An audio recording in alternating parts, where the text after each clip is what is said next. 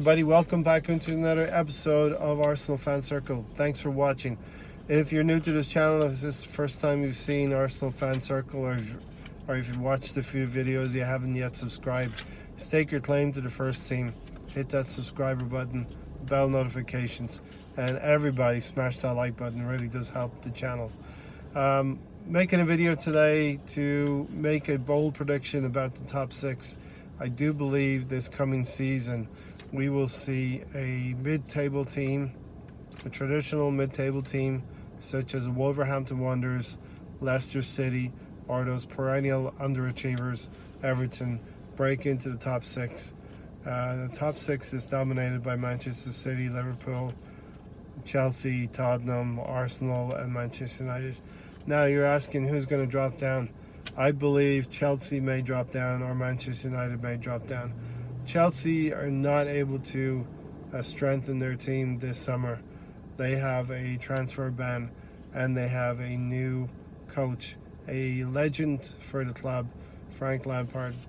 They may indeed have a honeymoon period where things go quite well for them, but I do see problems ahead for Frank Lampard and his backroom staff, and they will have a difficult season.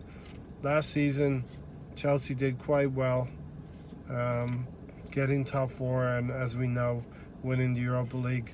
A lot of that based off of Eden Hazard, who has now gone to Real Madrid. The other team who could possibly drop down is Manchester United. Ole at the wheel. He got the wheel way too early, based off of some fortuitous results, especially in the Champions League. Don't believe he's the right person for that job, but Banter FC can carry on and do what they do. Manchester United will struggle this season.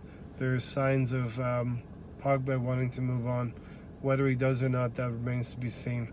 But Manchester United do not have what it takes, I believe, to break into the top four next year again.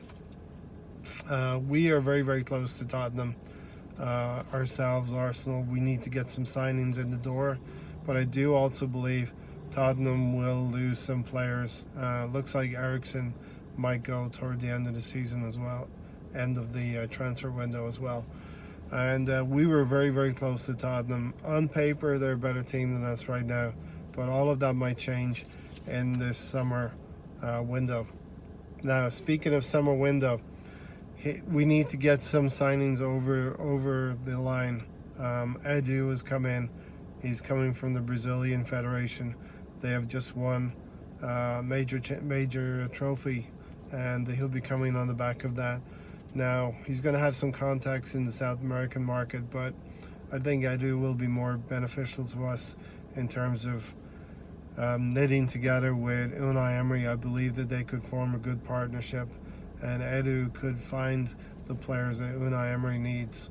One of those players that seems to be already over the line is William Saliba. Of course, he's going to go back on loan, but it's for a nominal fee, and it's one for the future. Hopefully, William Saliba can be a player that progresses this season with Saint Etienne and comes back to us as a decent player, and hopefully Unai Emery will still be coach of Arsenal Football Club by that time. One for the future. The other player we need to get over the line is Kieran Tierney. This one has been rumbling on and on for a while. I understand that if you put 3 or 4 million up front to add on and give Celtic the valuation that they want on the player, that we could quite easily finish this transfer. Arsenal are not getting to that point yet, and we need to finish that one, get it over the line. Would love to have a Kieran Tierney combined with a Fraser.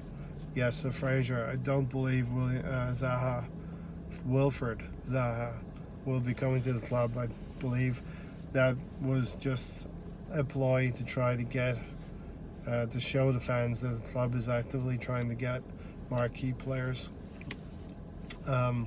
Crystal Palace will be holding out for a larger fee than we are prepared to pay.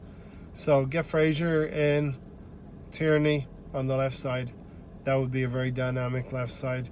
Increase output to the forwards, Lacazette and Aubameyang. Now, along with Edu coming, who was announced, we're very, very excited about Edu coming. There has been also another announcement yesterday.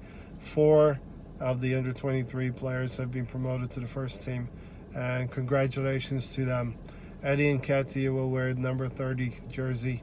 He's done quite well last season, actually finished with a goal against Burnley, and he's showing some signs that he could possibly fill in for Welbeck, who's leaving. The next 2 players I'm really, really excited about. Combined, these 2 players combined could fill the boots of one Aaron Ramsey, and those 2 players are Emile Smith-Rowe, who will be number 32 for the season, and Joe Willock, number 28 for the season. Both those players can fill in midfield and help the team moving forward. I'm really excited about Joe Willock. He seems like a player who can be in the box, arrive late, like Ramsey used to, and be able to get on the end of the moves, put the ball in the net. The ball seems to be magnetized towards his feet, and that's no bad thing.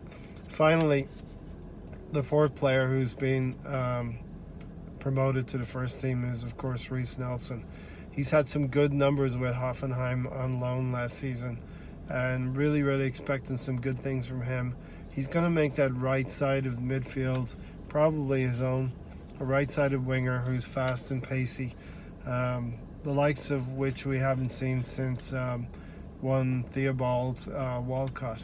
So hopefully we have a little bit of better and more productive career from Reiss Nelson than Theo Walcott, although Theo did quite well with his time at Arsenal. Imagine Reiss Nelson combining with Hector Bellerin. That would be quite a dynamic right-hand side. So both wings are looking good on the left and the right if we can just get some deals over the line. Of course, with Saliba going on loan, we have to address the centre-back position. This feels a lot like when you buy a house. The previous incumbents tell you all about the house, tell you about the customs, and tell you about what we should do. This looks like the previous regime left a note for the existing regime saying, hey, just go out and buy midfielders, don't worry about it. This is what we've done all the time, and wait till the end of the transfer window, and then go get your bargains, go get your cheap defenders, go get your dare I say it, Mustafi type player. But I hope that doesn't happen. We need to go out and get a decent commanding centre back, and let's not pick up on the bad habits of the previous regime in doing so. But I do think that will happen. I think that with going to the US tour now, there is going to be a lapse. I talked about this in the podcast. There's going to be a lapse in business, and I'm going to think that more of our business will get done in August now. I know none of you want to hear that, but I think that's what's going to happen. A lot of our business is going to get done in August.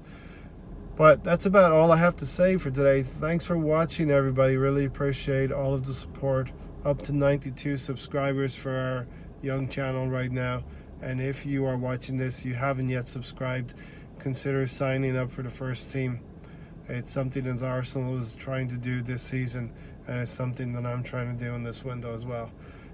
Try to push the channel over 100 subscribers. Would really appreciate it. I hope everyone is in good health, and I will talk to you guys soon.